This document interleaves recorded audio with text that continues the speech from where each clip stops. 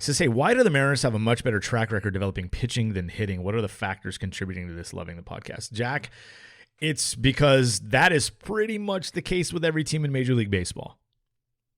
And this isn't a shot at the Mariners, but it's easier to draft and develop pitchers because you can take a kid out of college who's 93 to 97 with 2 decent secondaries and a third one that has a chance and turn him into Logan Gilbert. It's just easier to do that. They're closer to the big leagues. There's less to do. Hitters this day and age are behind the 8 ball. I mean, there's so many things that a college kid even, I mean, let alone a high school kid like Kelnick, but a college kid hasn't seen that he's going to have to see and make adjustments to. And it's just, I'm not saying it never happens where you get a college kid and he gets right to it, but even look at guys like Spencer Torkelson. Drafted a couple of years ago, number 1 overall, despite the fact that he was a right-handed hitter and that he was probably going to have to move to first base despite the fact that some of these prospect nicks out there kept yelling third base, guys, not third baseman guys. First baseman, Spencer Torkelson was like, okay, he's 1-1 and he should go 1-1, at least some say, because there's such a great chance that he's going to hit. It's like there's almost no chance. There's no chance he's not going to hit. He's going to hit. He's going to hit. Well, he hasn't hit yet. And I'm not saying he's not going to hit. He just wasn't, for me, coming out of the draft, this surefire star bat. And I still don't, he's not Miguel Cabrera or anything. I do think he'll hit, but because he's a first baseman, there's a lot of pressure on him to hit a ton. And this year, he hasn't hit much at all. He hasn't hit much at all. Julio and Julio Rodriguez and Bobby Witt Jr. have hit more than Spencer Torkelson. And he was a college draftee from a good program.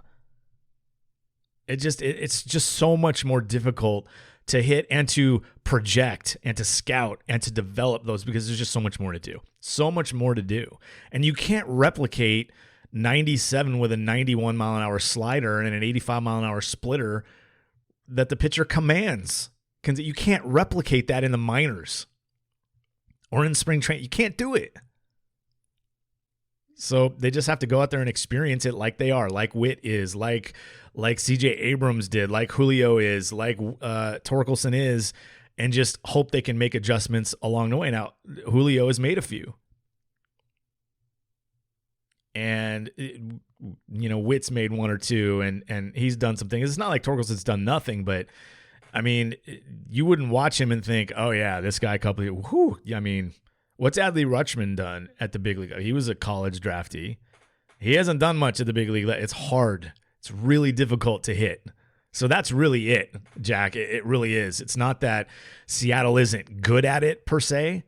It's that it's just a really hard thing to do. And to be honest with you, I think their basic philosophy, and we've talked about this a little bit, and I've tweeted about this for the last couple of years, their philosophy that kids can go from AA to the major leagues is super flawed. I mean, Kyle Lewis did it. He didn't need time in AAA. Julio's doing it now. He hasn't needed time in AAA. But Kelnick, Raleigh, Evan White, Taylor Trammell. I mean, for every one, there's 2 that didn't, essentially. Hey, it's Jason Churchill. To get the full episode, as well as every other episode of the podcast, past and future, subscribe for as little as $5 per month by going to bit.ly/getthepod. That's bit.ly/getthepod, all one word. A link you can also find on my Twitter profile. Hey, thanks for checking out Baseball Things.